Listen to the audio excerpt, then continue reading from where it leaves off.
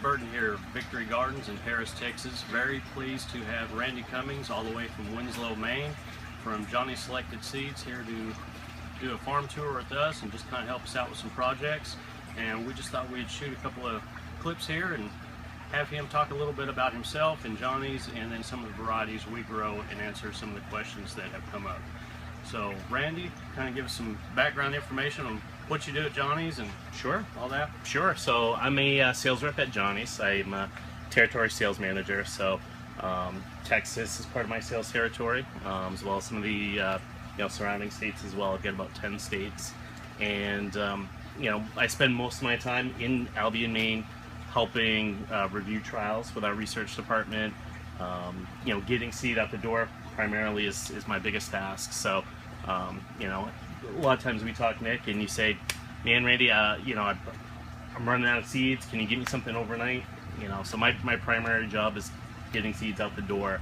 But I also spend a lot of time visiting growers on their farms and going to trade shows. And, the more time I spend talking with growers in their operation, the better it equips me to help other growers that I talk to. So just understanding trends and talking to you about some of your fantastic marketing ideas on getting your product to your end customer, it helps me help other people. So, that's primarily what I do at Johnny's. Yeah, and as we started hydroponic growing, of course we didn't know a whole lot going into it, so we needed a lot of help at first, and you guys had always been there for us.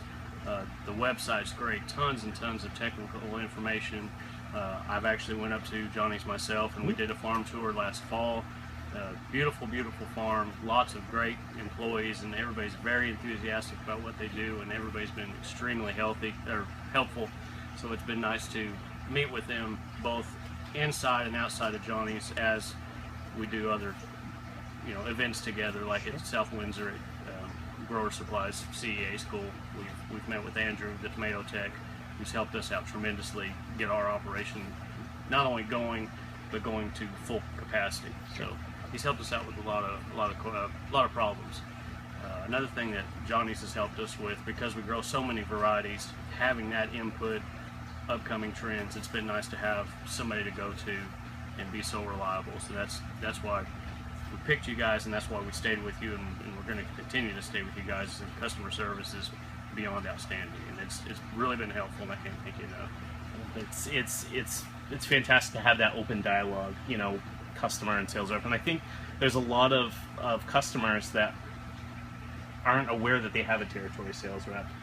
So it's important to check out our website. It's important to know what resources growers have, whether it's a growing question, or how do I market my product, or what's the coolest thing you're seeing on Food Network these days that chefs are going to be asking about, or healthy options, or drought tolerant varieties, or heat tolerant varieties, or hydroponic friendly varieties. Those are all things that you should have that dialogue with your sales rep at Johnny's, because that's what we're there for, to help you. And I really enjoy not only having you as a resource, but you always have a backup. So if you're not available, I always have somebody else I can go to if it's an emergency situation. What we define as emergency is we're out of seeds and we need them right now. So Sure. So it's nice to have that infrastructure that you guys have, and the shipping department is just amazing of how fast we can get things and how efficient it is. Once I was able to go and see how you guys do it, it's a neat operation. It's a fantastic company. I can't say it enough. Of course, I'm biased, but I think that comes with being an employee-owned company, is the attention to detail and the passion that all of our employees put into every single thing we do, whether it's how we answer the phone when you call, or how we conduct our trials research, or how we put our seeds in the box and ship them out to you. And just there's a ton of passion for our quality. We're putting not just our name on it, but our satisfaction guarantee. So, everybody's on board, and we're all steering that ship in the right direction. So it's fantastic. Within the last 24 months, everything that we've gone through and learned, we can sit here and talk about seeds all day, which, we obviously and can't. We have. We obviously can't on this video, but I want to hit kind of the hot button topics, things that we are always asked about, things that are in the news. I would like to go over the difference between GMO, non-GMO, field grown or field trialed seeds, and then heirloom seeds. Sure. So there's a lot of, I believe there's a lot of misconceptions there. It seems to be a hot topic issue in the media. So if we could go over those 4 seeds, you know. Sure. So I think it's important to realize that, you know, varieties, just like people, are different. You know, some people have blue eyes, some people have brown eyes. You know, some tomatoes are purple, some are red, some are yellow. You know, there are characteristics that people think are desirable for a particular product. So say tomatoes, you know, you want something that tastes great, you want a healthy plant, you want, you know, it to have disease resistance, so, you know, it doesn't go down to things like late blight or, you know, yellow leaf curl or fusarium or you know, fungus in general. It's hard to get all of those characteristics in the same product. So, you know, starting just with the difference between hybrids and open pollinated varieties, the breeding methods on hybrids are still traditional breeding methods. They're not genetically modified. They're not done in a lab. You know, they're not playing around with DNA markers and things like that. It's just a technique that's used in it with the parentage of a particular crop that, at the end of the day, just makes it so that because you're very specific with the parents, you know, a yellow tomato and a purple tomato gives you a pink tomato type scenario, that you're not able to save seeds from that crop and get the same thing, you know, on that next generation, because you need those very specific parents. What that can tend to give you is a more uniform crop. You know, all your tomatoes will be about the same size, the same shape, have that improved disease resistance that you get from the mother and the father plant. With an open pollinated variety, which is an heirloom variety. Yes and no. Not all open pollinated varieties are heirloom, but all heirloom varieties are open pollinated. So it's basically an open pollinated type that's been has a great track record. It's been around for years and years. People save seed again and again and again and again, and it's kind of established itself as a known variety. You know, that's an heirloom variety.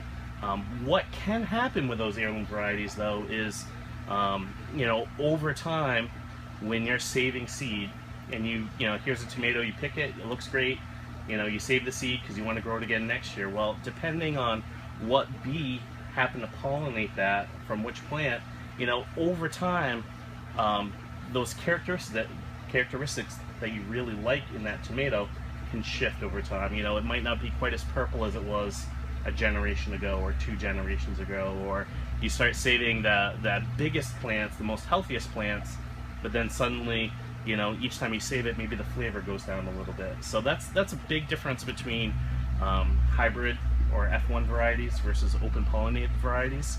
The hybrid varieties tend to be a lot more uniform. Those characteristics are the same time and time again. You just can't save the seed because you don't have, you know, the proper you know, parentage. And these trials, I mean, they're not done over a season. This is years and years of work. Is that correct? Absolutely. I mean, a typical breeding on a new variety could be 8-10 years in the making. You know, we're trying to find a way to fast track some of our trials by possibly picking up you know, Johnny's owned land, you know, maybe in Florida or another part of the country where we can ship breeding material back and forth and maybe get 2 seasons in where we could only get 1, and maybe that helps, you know, speed up some of our breeding process. But there's a lot of time, there's a lot of money, and there's a lot that goes into, you know, multiplication of seed and grow outs. I mean, now for those hybrid varieties, you know, you actually need to keep the parentage, you know, those seed varieties of the parents in stock, so that way you can keep producing that again and again. So you're almost producing 3 varieties to get the one that you really want, and you have to maintain that inventory of seed to do those grow outs. So it's a huge process. You know, there's pros and cons of each. Generally, open pollinated seed tends to be a little easier produced for some of those reasons I talked about. So the seed can generally be less expensive. You know, a home gardener, hobby gardener, or enthusiast can save seed year after year, and you know that cuts down on their seed cost. But you know, there's offsets for that too. Saving your own seed is very, very labor intensive, and you might be saving money on seed, but you're spending more money on labor. And if it's a hobby that you're passionate about, perfect. You know, you want to do that. But if you're a commercial grower and you're on a deadline and you're having a hard time with labor or just having enough hours in the day, which there never is, you know, it might not make sense to save your own seed. So there's pros and cons of each for sure. But both of those are much different than genetically modified seeds. So your typical grower shouldn't be concerned with sourcing genetically modified seed. It's incredibly hard to do accidentally. You know, you as a grower would have, you know, a hard time finding a supplier that will work directly with you that sells genetically modified seed. And if so, it's usually labeled very well, you know, in a seed company catalog. Johnny's chooses to not sell, produce, trade, market any genetically modified seed. It's been our mission. We were one of the first companies to sign the Safe Seed Pledge, and I don't see that changing anytime soon. And not to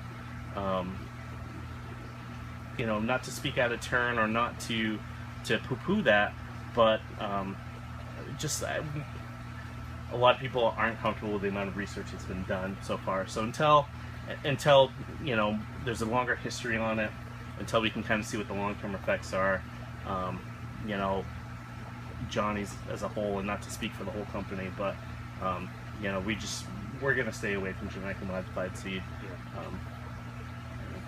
Well, that's a lot of information. Later on in the comments below, we're going to have links to some of the things that we talked about, and hopefully that'll help. And again, you know, JohnnySeeds.com has just a library of articles and videos about how to harvest and about how to do seed selections, and they go into great length. It's well worth your time if you're interested in seeds to check out your website, because there's so much quality information. So it's been a great resource. Alright, so yesterday on our Facebook page we announced that Johnny's was coming up, and that Randy from Johnny's was coming up, and that we wanted to know if anybody had any specific seed questions. And the most common thing that came up was this certain variety or this other certain variety, which is best. There's so much that can go into variety selection, so we're going to just generally talk about that. We are bringing Johnny seeds in for the fall and the spring. Those are the varieties that we're going to narrow down that's going to be best for our area. But that being said, let's go ahead and talk about why one person might choose a different seed than the other. Sure. And how seed selection comes into play. Sure. So it's a very common question that I get a lot, Nick, of, you know, what should I grow for my area, or what's the best variety for me, or best melon, or best squash, and there's a little bit of dialogue that needs to happen after that. You know, varieties can be greatly different, and some might be more heat tolerant, which, you know, would be important for Texas, but could be things like taste or just overall plant vigor, disease resistance, depending on your area. You know, what kind of insect pressure you might have that's going to bring in a particular disease or issue.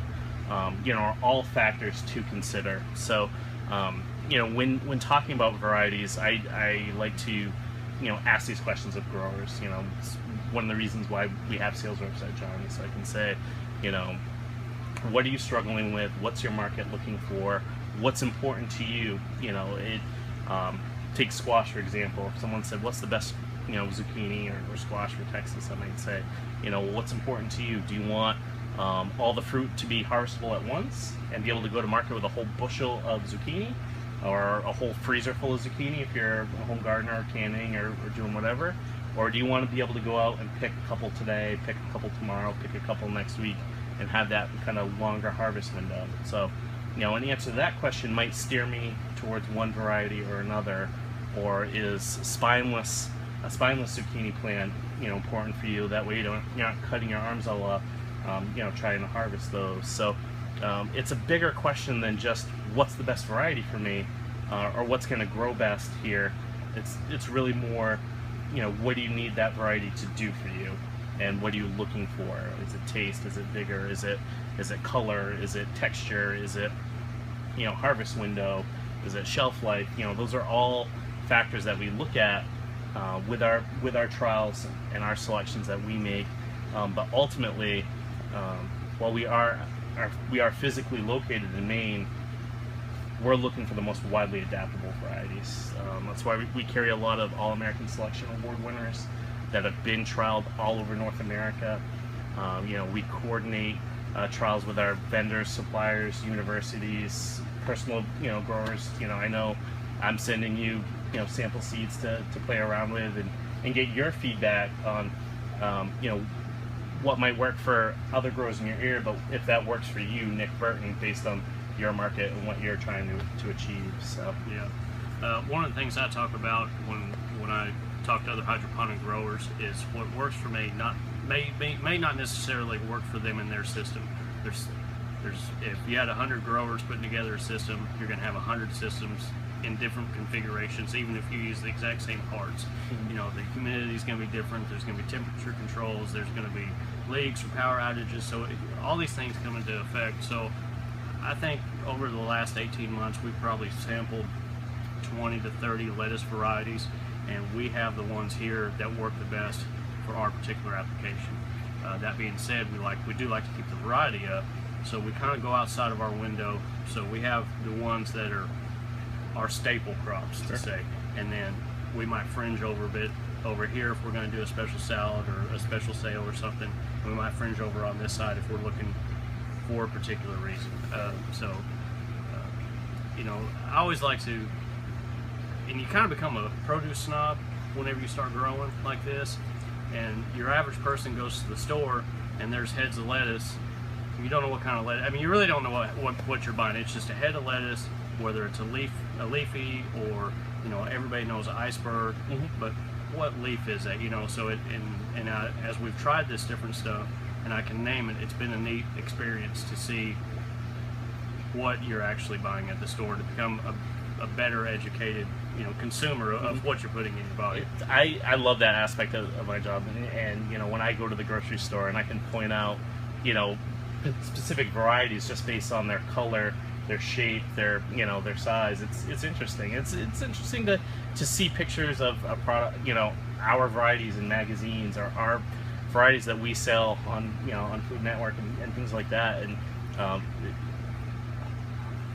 I try and stay in tune with some of those just to see what those trends in the industry are. But it's like you said, every system's a little different. One grower might be struggling with tip burn. Another grower might be struggling with slow maturing varieties, or have different lights or something like that. So they might be trying to hit a particular weight in their lettuce, or a particular color, because you're making a mix and you really need that dark red to kind of pop out that salad mix that you're selling. And we found that with the redder varieties, the more you play with the light, the more color you can bring out. So it's not just necessarily the seed itself, but it's the growing conditions and how they're being grown, so that make a difference. So I do want to talk about the staples that we use here that are so important to us. Number one, the Sun Gold cherry tomatoes. We just recently switched our entire tomato production solely to Sun Golds because they're so sweet, and they're just people love them. And for our application, where everything that we grow goes into artisan salads, it's a perfect mix, because it can go with a savory salad, it can go with a sweet salad. It's just they produce well. It's non-stop. It's just a great variety. So what are your takes on Sun Gold, just as a rep? I love Sun Gold. Every person I've talked to that has tried it loves it. I've got customers that switch their operation over from doing 6 different varieties just to Sun Golds. Like you said, the taste is there, the yield is there. It's got a manageable plant habit. When we talked about what's the best variety for me? You know, there are pros and cons. You know, not every variety can taste good and hold up well, you know, to disease pressure, and be easy to pick and have a good shelf life, and you know, 15 different characteristics. You know, Sun Gold does have its trade-offs. It can be a little more prone to cracking, so it's not the best cherry tomato if you're going to be you know, shipping in boxes to the next state over and picking and washing and handling and packing and shipping. You know, it's not designed for that. It doesn't shine in that light. But for the fresh market, you know, farm to table, farmers market, CSA type customer, it's a slam dunk. It's a fantastic tomato that tastes great, looks great, and yields great. Yeah, and we've found ways to avoid the cracking. So, you know, we put watering overnight, so it's not just sucking up all this water and splitting. And then when we harvest, we actually leave the top on. You know, it gives a fresher look, but it holds that tomato together. So that's one of the things that we did to prevent that cracking. The next thing I want to talk about is our Salanova lettuce. Yep. There's 8 varieties of Salanova. The ones we grow the best are the green butter and the red butter. We also grow the red and green oak leaf, but the green and red butters is our staple crop. Sure. That we always have on hand, just because on our application on these salads, you know, we make one cut and it falls together like a spring mix, and it's just so clean and predictable, and you know, it's a great line, and it's easy to plant because it comes pelleted, which is coated. You know, it makes it easy for us to plant, and the germination rate is tremendous. Of course, being in Texas, you have to grow it in a grow room like this where the temperature is controlled and the humidity is controlled. But for our system, as you can see, we do real well with it, and it's been a huge part of our success, just this line alone. We're proud to carry it. So yeah, Sure. Talk about Sure. that. Well, it's a couple points, Nick, because it's really designed as a labor saver. So, like you said, the pelleted seed, to make it quicker for you to actually do your seeding. It's also a space saver. You know, if you were to take the amount of just yield and volume off one of those heads of Salanova, and you were doing it as baby leaf and doing cuttings, you know, imagine how many more holes of your system you'd have to dedicate to get that same amount of yield that you do off one head of Salanova.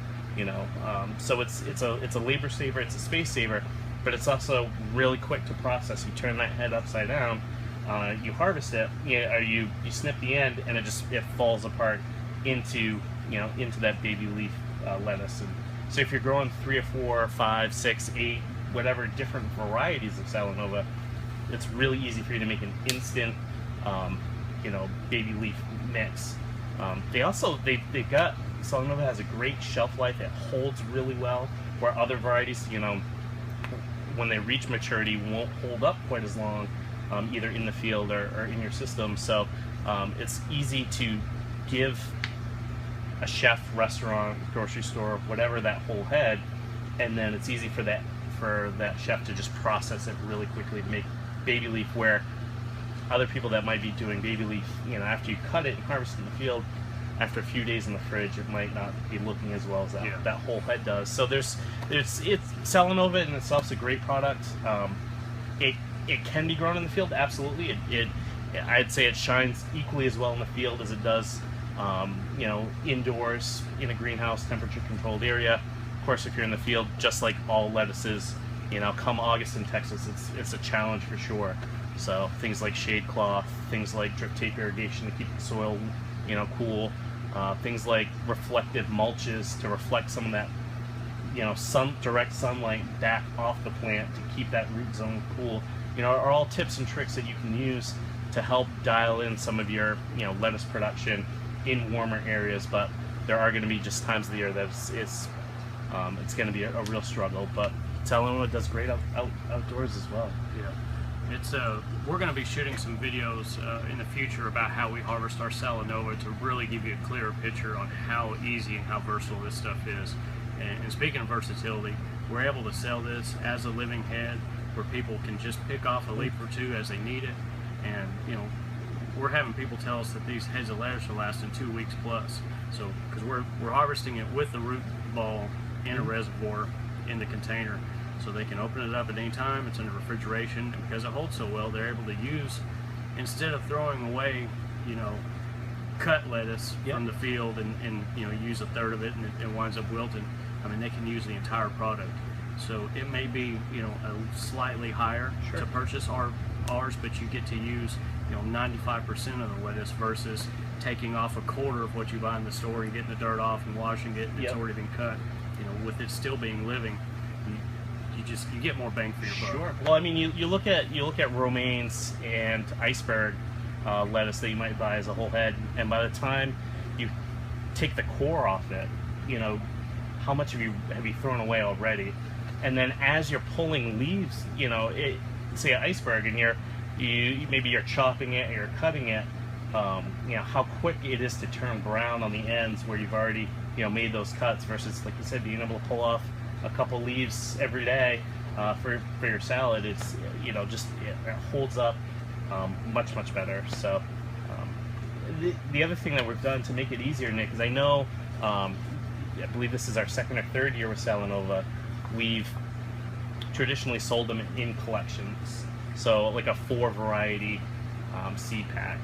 We're actually making it easier when planning on launching. You can today, you know, talking to your sales rep, say I only want the green butter, or I only want the red oak, or whatever variety. You don't have to buy the whole mix. We're actually going to make it easier for our growers by listing out those. Our plan as of right now is to launch them as individual part numbers as well, so that way you can order just what you need and tailor it to your operation for the varieties that work best for you. And I appreciate being able to order the different sizes. I mean, the ones that we go through a lot of, we're ordering 1,000 seeds at a time. I'm really big into keeping my seeds fresh, and that's why we have so many orders. But being able to order 500 at a time or 250 at a time if we're just doing a specialty run, and not having seeds just sit on the shelf and go bad, it's been a big help. That's the thing, you know, shelf life on pelleted seed can be a little shorter than other, you know, non-pelleted seed. There's advantages, like you said, the labor saver. I find, you know, can be quicker to germinate, but it can have that trade-off. So it doesn't make sense to have, you know, a full year's worth of inventory of seed on hand, especially in the Texas heat, right? You know, those warmer temperatures, the humidity changes, that's what's going to affect your shelf life on seed. So the great thing, again, going back to Johnny's, is we ship same day. We can overnight seed to you if need be. So in an operation where everything's keyed to time, and you're pushing maximum capacity, and doing succession plantings over and over again, it can be quick to run out of seed, but it sneaks up on you. You wouldn't think it would, but yeah, it is a big deal. So we're very proud you came out to see our operation. It's been a great working relationship, and you know, building this friendship over the last couple of years. Just can't thank you enough for coming out, and I'm sure there'll be some other questions, and we'll meet again. I'm sure. Well, you have a great operation here, Nick, and you know, in kind of shadowing you around the last day or so, you know, I could see the whole community really gets behind what you're doing too. So Paris has been great to us. It's very supportive. This was needed here. It's needed everywhere, but I'm glad to offer it, and just can't thank you enough. Awesome. Thanks. See you.